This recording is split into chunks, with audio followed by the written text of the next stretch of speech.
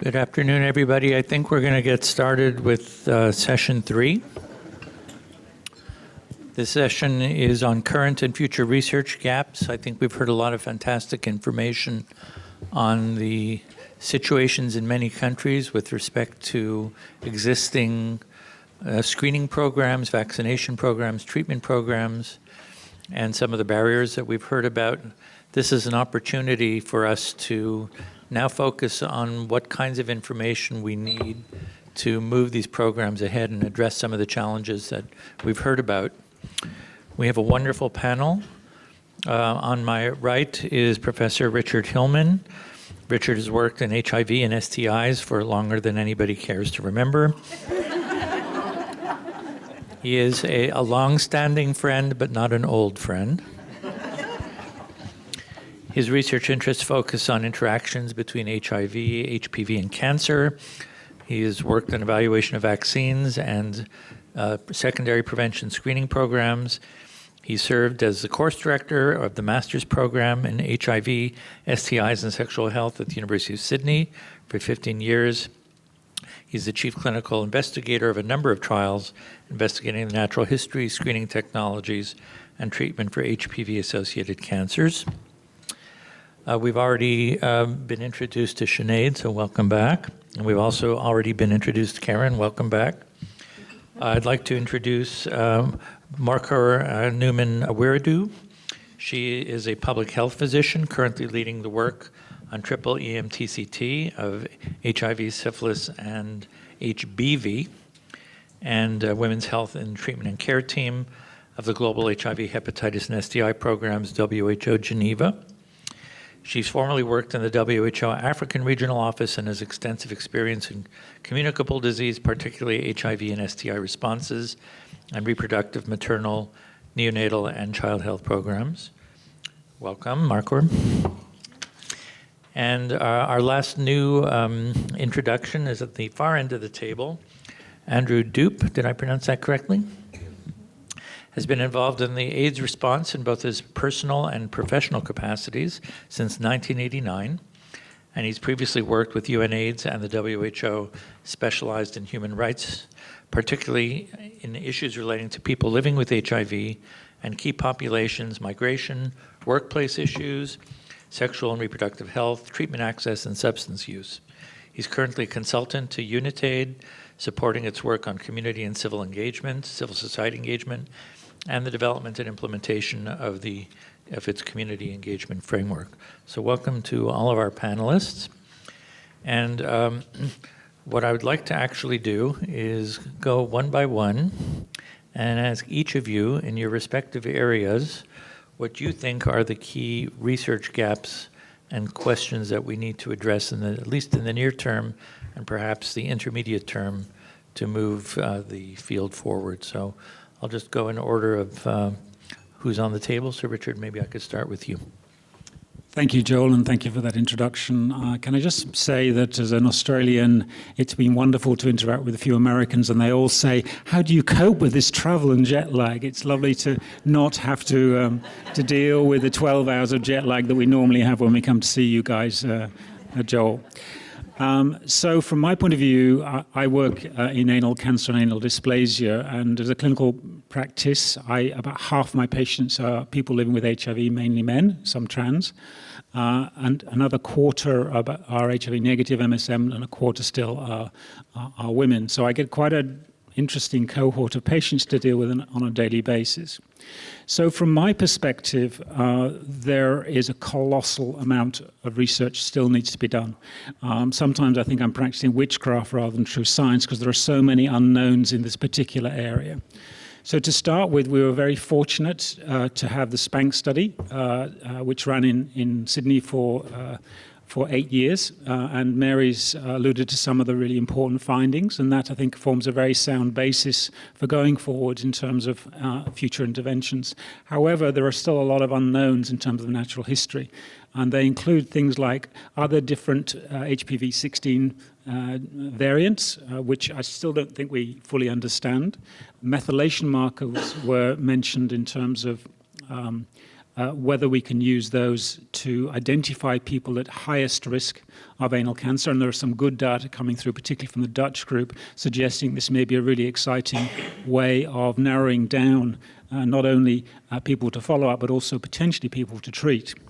Because ultimately, my aim is to prevent cancer. However we do it, I want to minimize the amount of discomfort involved in that process and maximize the likelihood they will never develop cancer. And I think we need to also give some reflection that not all HSILs are the same. We've heard about size of the lesion, for example, is probably a predictor for progression to cancer. Again, HSIL is asymptomatic, and if we can somehow characterize some HSILs that are never going to progress during the lifetime of the patient, then we have something similar to what we know happens in the prostate, where a lot of men will die with a bit of precancer or cancer in their prostate, never actually impacts on their overall life. And if we can get newer technologies to characterize that, I think will be enormous benefit and save a lot of unnecessary investigations.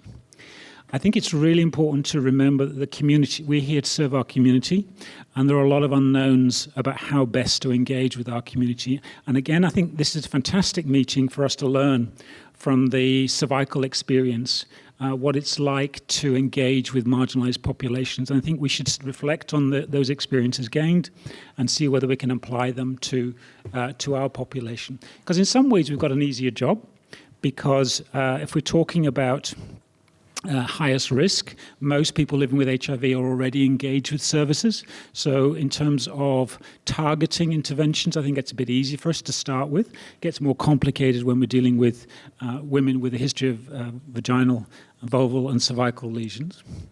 I think, as Mary flagged, the screening technologies were beginning to get an idea of what an algorithm looks like. There's an awful lot of research still needed to refine those, to minimize the number of tests.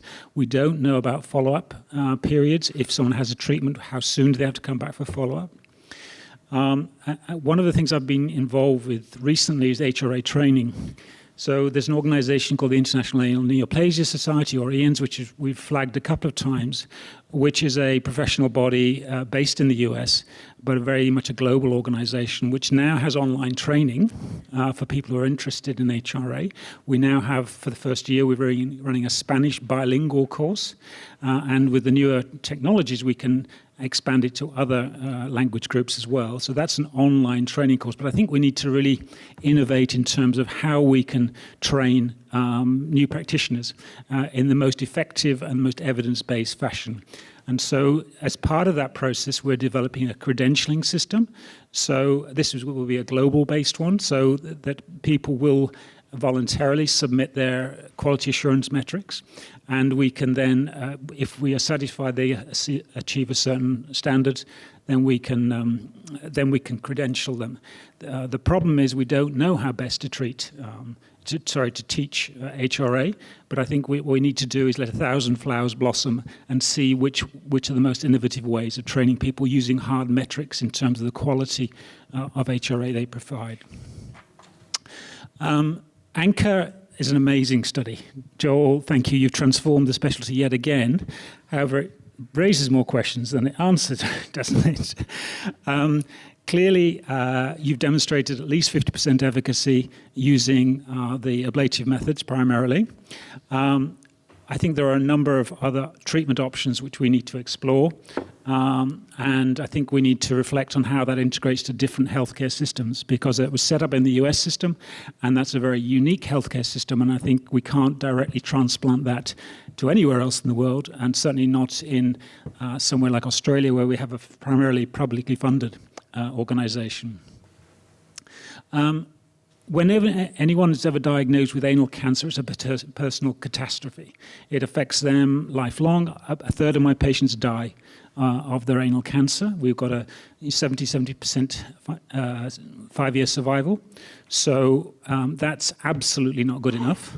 So we need to be able to innovate in terms of earlier diagnosis, obviously important, but also once the cancer is established, I think there are a number of new very clever immune-based therapies we need to start thinking about on how to network globally to refer patients for those sort of trials.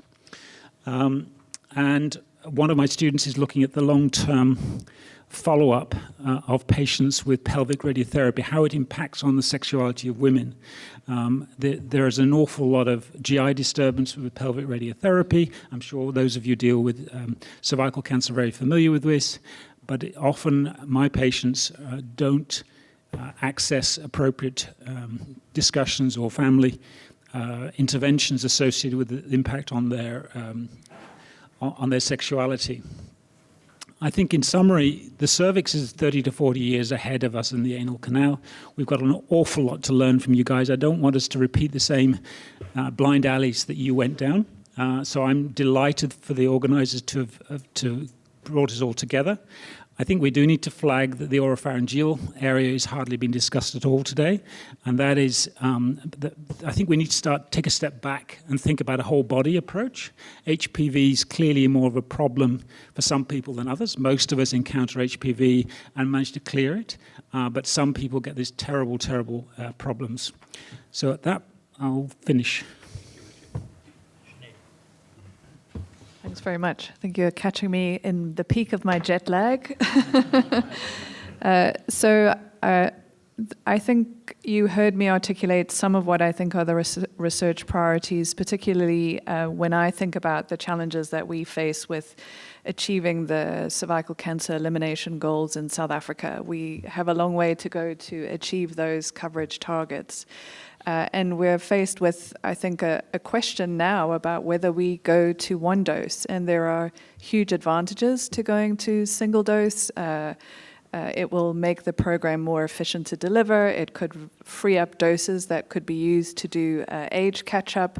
It could allow us to do gender-neutral vaccination. But the question is, will we create a problem for ourselves further down the road when people who have not had access to prevention services seroconvert and then potentially lose the benefits of HPV vaccination?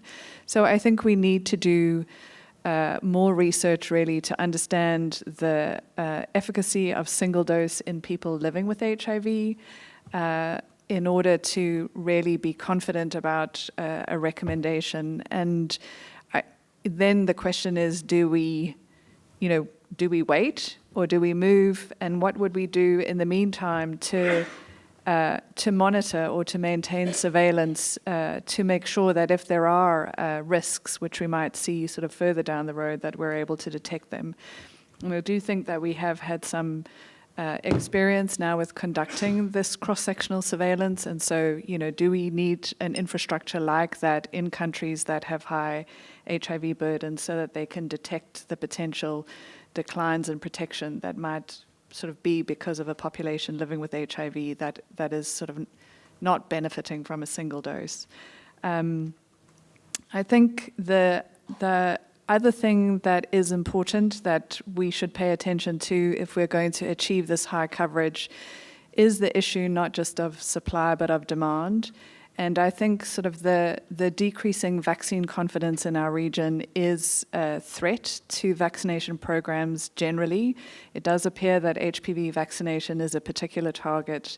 And I do think we have to understand it more in our context, but also kind of understand how to engage with it and how to sort of engage with disinformation more generally in terms of health information. So I think that's an important area of work.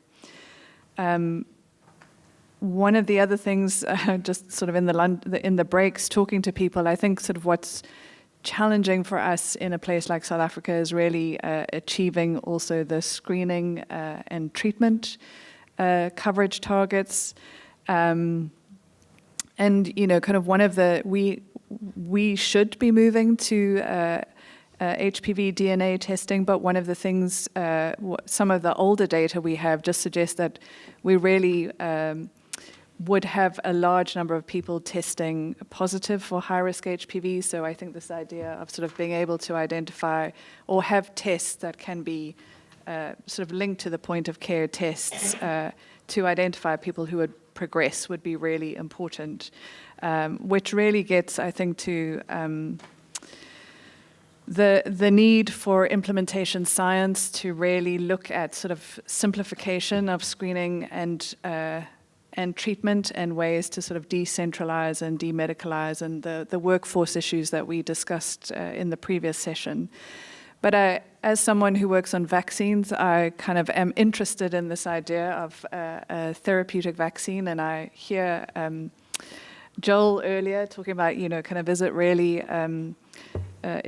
a sort of a vaccine? And I think sort of there are two possibilities: a product that could clear infection, and a product that could clear lesions. And I think we think one is scientifically more feasible than the other.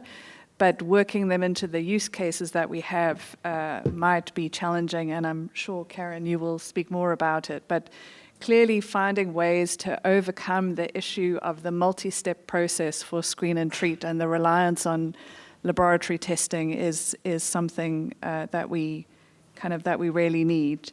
And then the last thing sort of on the issue of integration is, again, thinking about South Africa. I realize that the modeling that I've looked at doesn't show, it's complicated, but I do think sort of leveraging the fact of large HIV treatment platforms to really look at approaches to screen and either treat or vaccinate women living with HIV would really help, I think, get us closer towards the elimination goals. And I think understanding how to do that in an efficient way that can be scaled is another kind of important implementation science question for us. So that's probably top of mind at this time of the afternoon. Thank you so much, Sinead. Karen?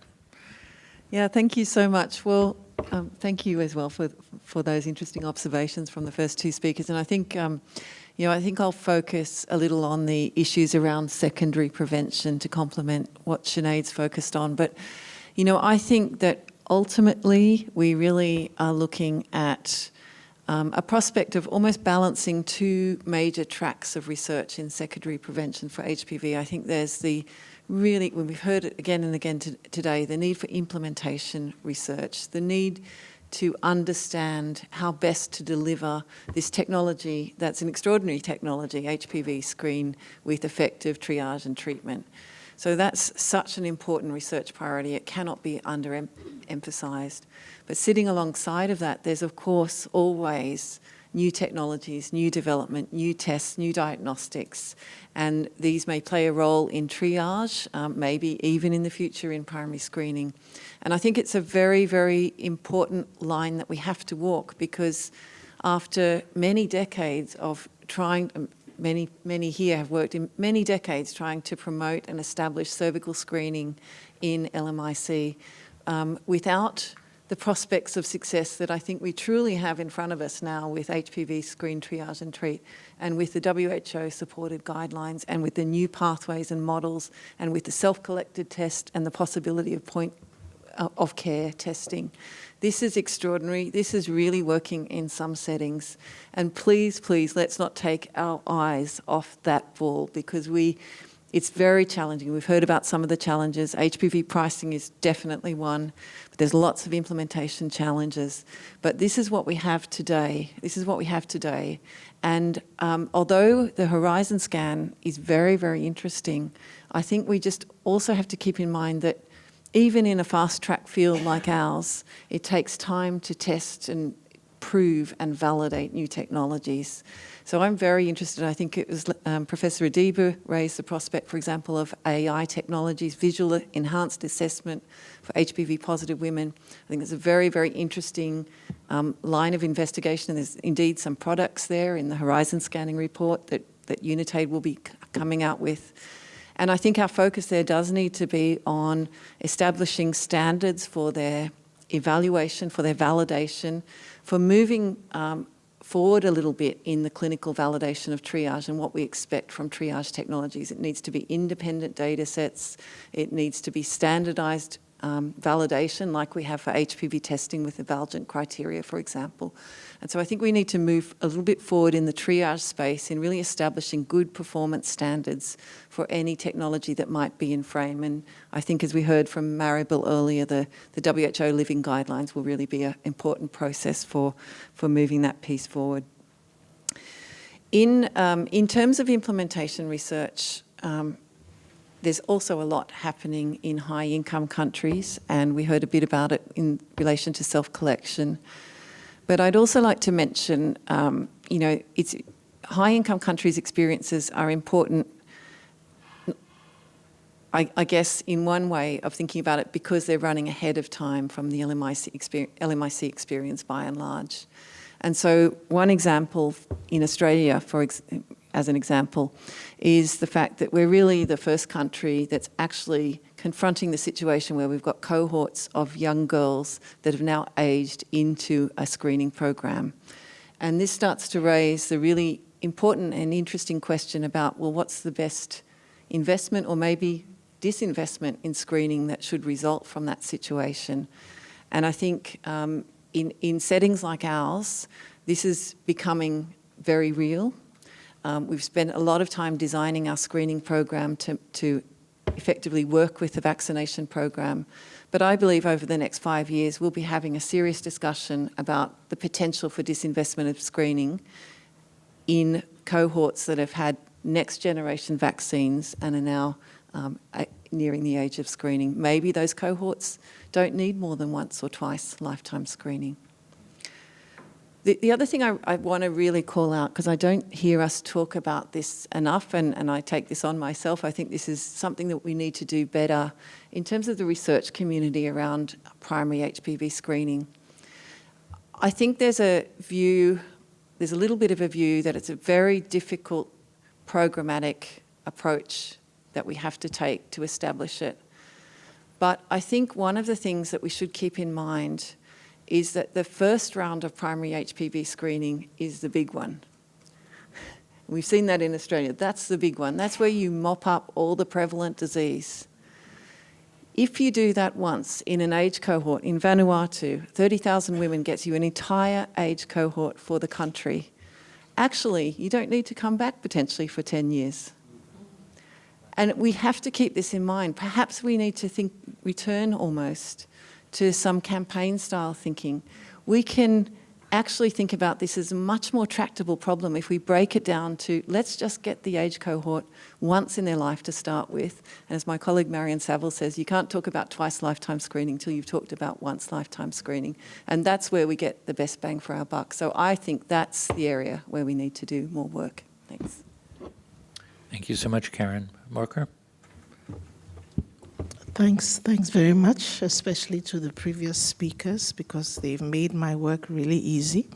I love speaking after Karen because she really makes the point for us when it comes to HIV, women living with HIV. I think for us the most practical point is that we look at the screen and treat as providing an opportunity to integrate into the HIV treatment programs or the care programs. And we shouldn't underestimate this. We always talk about integration. It's a word we bandy around. What is integration? It's what, when, it's who's going to do what, and where. But a big thing about integration we don't talk about is how. How do we integrate? And it's important that we look at this within the context of treatment for HIV, and that WHO has always recommended, recommends the HPV-based test for primary screening. So like Karen, you said, it's how do we do this in the area of HIV. Now, we also look at the screen and triage rather than just screen and treat for HIV, women living with HIV, because we know that if we don't triage, because the test is less sensitive, you may be treating people who you shouldn't. So we are encouraging our countries to transition from VIA to the HPV based screening, and we really hope that we would the opportunity of that audience, the captive audience of women already coming to the health system because they come regularly for their treatment, we would take advantage of them and use the opportunity to integrate cervical cancer screening into treatment services. We also have to look at existing, for instance, with like procurement. How is it that we use the really good procurement systems that we have for HIV drugs and even TB drugs? There's all these systems which have been built in mostly because of Global Fund and PEPFAR. How do we use these systems to really get the prices down for the tests? Because the negotiations and the discussions are really vital. Retaining women in care. Women are coming for their HIV care. Why is it that these same women are not coming for the follow-up for the cervical cancer? And we need to maybe put a little more effort into the single visit, screen and treat, and look at genotyping, for instance.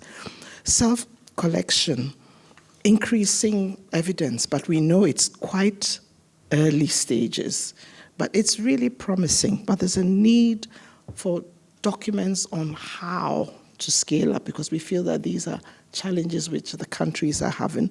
This is a good thing. How do we scale up?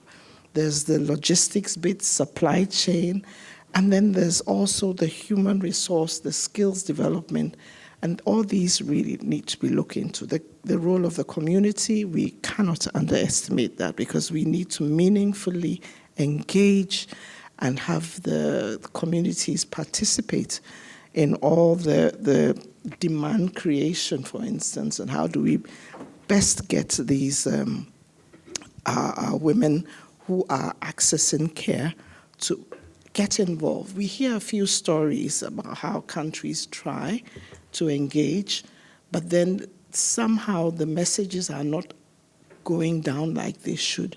So we should do a bit of investigation into that and find out how to better engage women.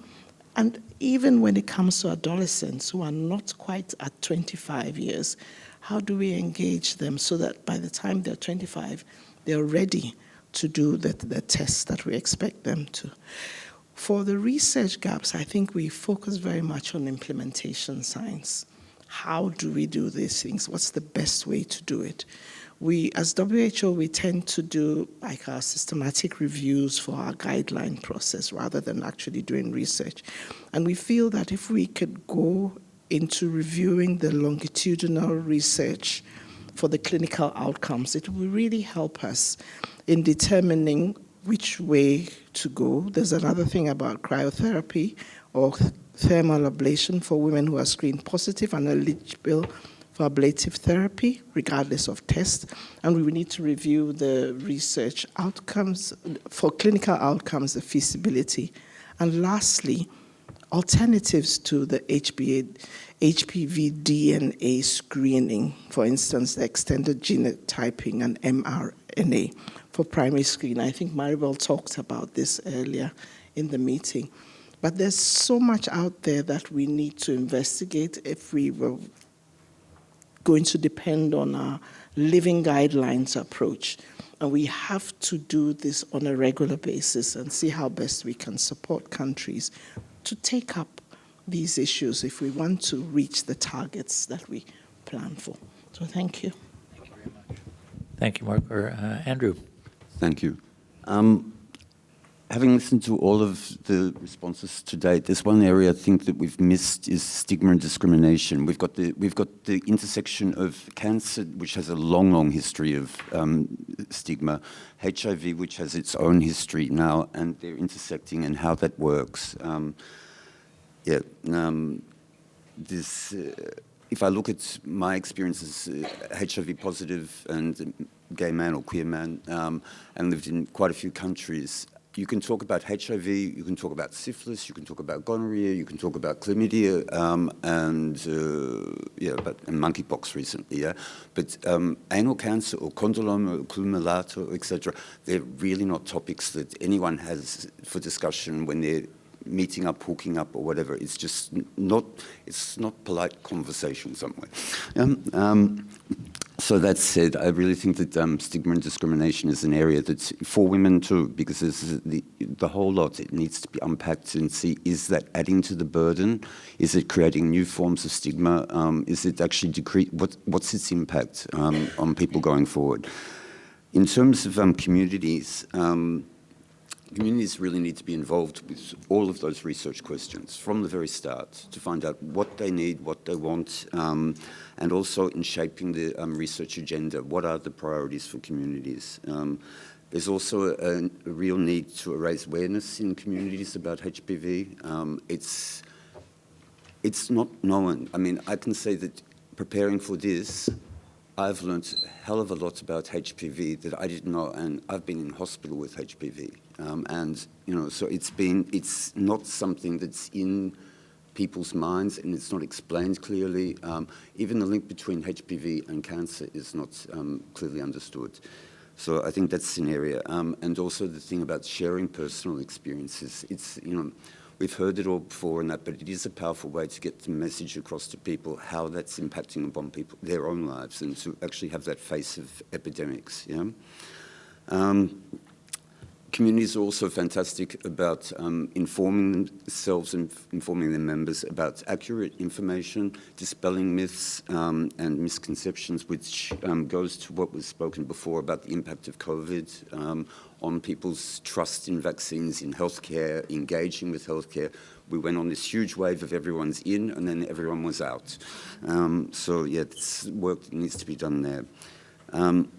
Communities also, we need communities to be included in research studies, because that gives us the whole, they need to reflect the societies or the demographics of the epidemics that you have in particular societies or countries, yeah? So you need the hard-to-reach populations. You need the people that you don't normally come across. Yeah, you need to bring those people in. And another thing I want to highlight is, you know, the collaboration with researchers and healthcare providers. That's really important. And I think one of the fundamental things that we need to do is build trust. You know, everything else comes after that. You know, there's a long history of, you know, particularly with marginalised communities, of distrust of authorities, of health providers, because of the histories that people have suffered. So having, ensuring that, you know, the research is aligned with community needs, and that people are brought in at the start, that there is that the results of the research are fed back to people, that they understand what's been proposed at the start, and what comes back, that they've got an ownership, and they've got trust in the people that are undertaking the research, and also in the results that have been provided. What else? And the other thing is involving people right from the start. That means that we get results that actually are appropriate and acceptable to the communities. I mean, everything has to go through the grade process ultimately for WHO guidelines. So it just makes sense to get people right at the start to have their input, so that you don't come to the point where all of a sudden values and preferences aren't reflected in what's actually been, what's the outcome of the studies. And then the final thing is, communities can actually engage in policies, in the development of policies and programs, right? We need communities to be advocating for equitable access to prevention measures, screening and treatment. We need better infrastructure for healthcare, but also when we're having self-testing and all the rest of it, there needs to be that advocacy for that. And finally, we need money. So, you know, communities are one of the groups that you can actually employ or use or collaborate with to actually to be banging that drum for, you know, for adequate funding for the things that you're actually proposing to study and to roll out and implement. Thank you.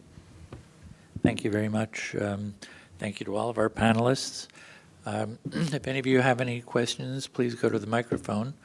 I have a few that I'd like to address to the panel. This is really a very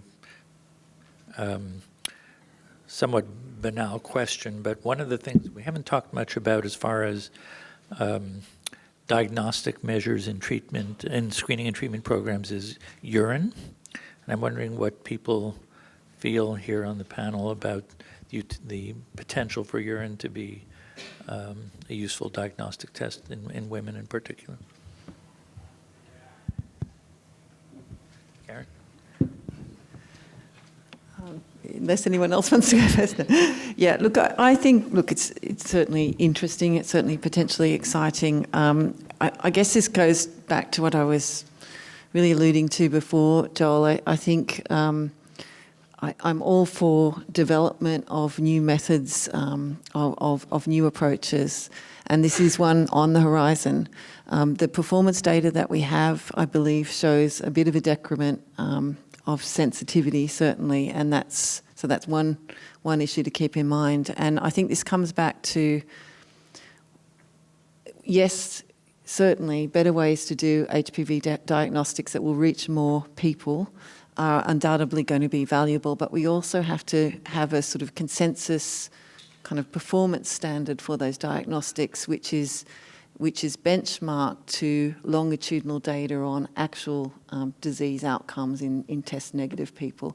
And so I think that's the Valgent criteria that I mentioned earlier that have been designed by Mark Arbin and colleagues are really, really important in cervical cancer because it's setting criteria for a test that we will accept as good enough for a screening program. And so once we've got those benchmarks established, and I think for primary HPV screening we more or less do, then it's about, from a technology development perspective, getting to that point where we can meet the benchmarks. So I'm all for it, but I think it's yet to cross that horizon. Thanks.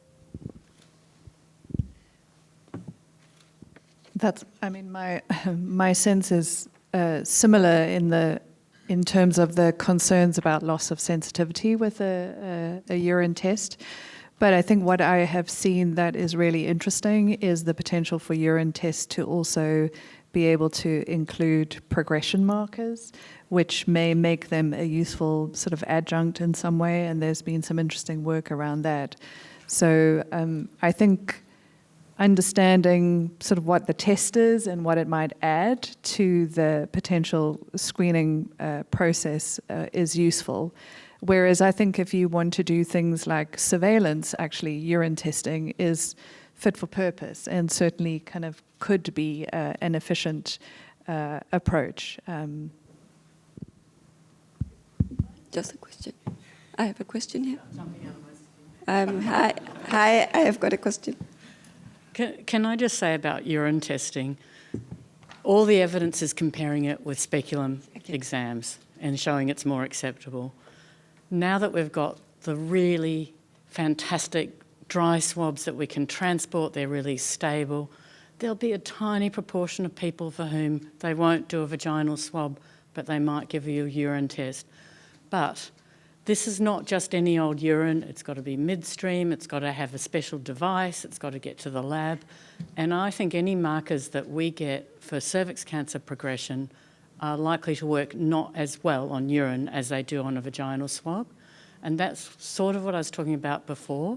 It's like, do we really want to divert ourselves down this alleyway when we've got something better? And going back to what Karen said, optimising this test, because many women around the world will be lucky to get one test, and they deserve the best quality test we can deliver them and the best opportunity to avoid cancer. So I think urine is great for surveillance, but personally I don't want to put a lot of effort into trying to make urine testing working. I know that's very controversial, but I just, had to say it. Karen? Want to respond? At the risk of looking like a B1, B2 double act here. Look, and I think the other thing for me is we have to remember that this evidence around HPV testing has been building again for decades. It's even 2005, there was already a meta-analysis from Jack Cusick and colleagues showing improved sensitivity cross-sectionally, and there's been 7, 8 big trials on primary HPV screening, including one that we're doing now in a vaccinated population. This is really hundreds of thousands of women, large-scale RCTs with long-term outcomes of 6 to 10 years. And that's really the benchmark that we've established. We've shown that primary HPV DNA and now RNA, because the evidence is emerging on RNA, really gives you that long-term, longitudinal protection. The negative means negative, and you're not at high risk if you're negative. So I really think that there has to be a high burden of proof on new approaches, that we're not going to see a degradation in that safety aspect. Thanks. We have a question. Yes, thank you. Thank you for the opportunity. My name is Tsidi Sibitlo, and I'm from Devon, South Africa. I'm a gynecologist. I just want to ask a question which I think needs to be thrown into the bag of the many unanswered questions, but I'm going to do this through a study that we've just completed. So you know that South Africa's got a higher burden of women living with HIV. So we enrolled about 400 of them and did HPV testing as an entry point, not using cytology.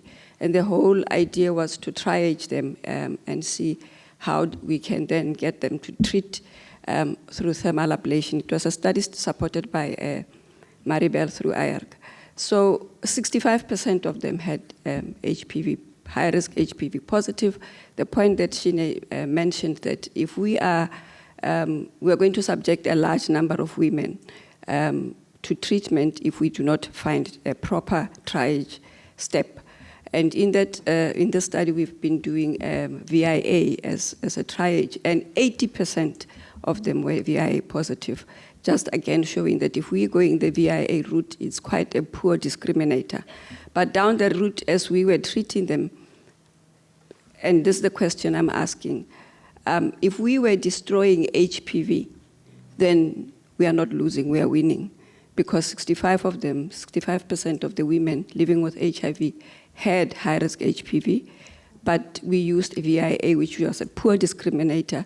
So if we used VIA, then we are subjecting a large number, because only about 40% of them had CIN2 plus high-grade cell. So basically, the question is, we need to look at this. Are we destroying HPV, in which case we are winning? Or are we, are we destroying a lesion that exists, because then we are subjecting a large number of women unnecessarily to treatment? So yeah, basically that's the question. I could share the rest of the study, but the manuscript is in preparation. Thanks. Thank you. Any responses? I can make an overall comment.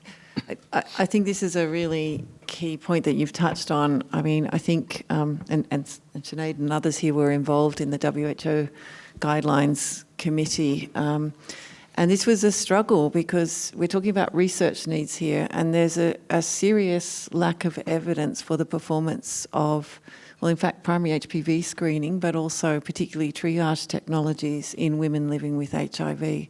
And so some of the decisions that had to be made, you can look at the grading, and it's based on the best evidence available, and it's based on modelling. But, this is really where we need to, I think, as a community and as multiple stakeholders coming together, but also researchers and community-driven, we really need to understand better just the accuracy of different triaging approaches in women living with HIV. And then I think the second thing is the practicality of those different approaches, which you've alluded to, and what do they result in terms of actual treatment rates.